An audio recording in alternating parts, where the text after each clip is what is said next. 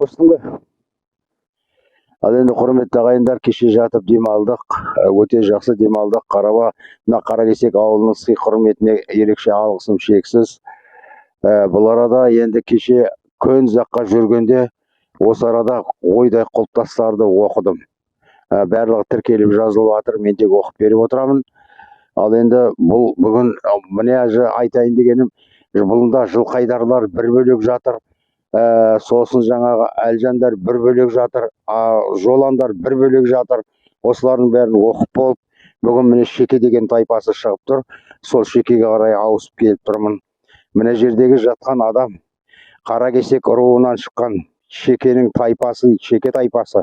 Шоқан деген болған екен. Шоқан дегеннің баласы Қалықұл деген. Бұл жігіт қайтыс болыпты, бар болғаны 27 жасында. Жаугершілік заманда өлді ме білмейміз ғой.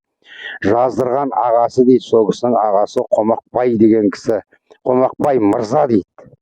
Қомақбай мырза дейді.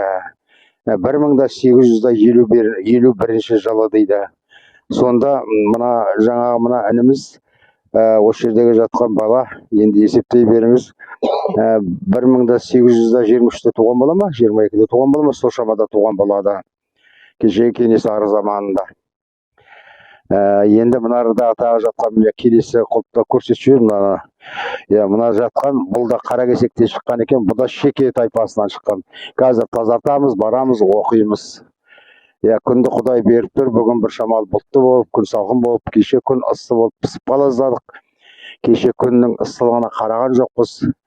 9 сағатқа жақын жұмыс істедік біздер кеше. Осы бейіттің басында ешқайыққа кетпестен. Мына жігіттеріне де рахмет, Қаракесектің. Тағы да жалғастыра берейік.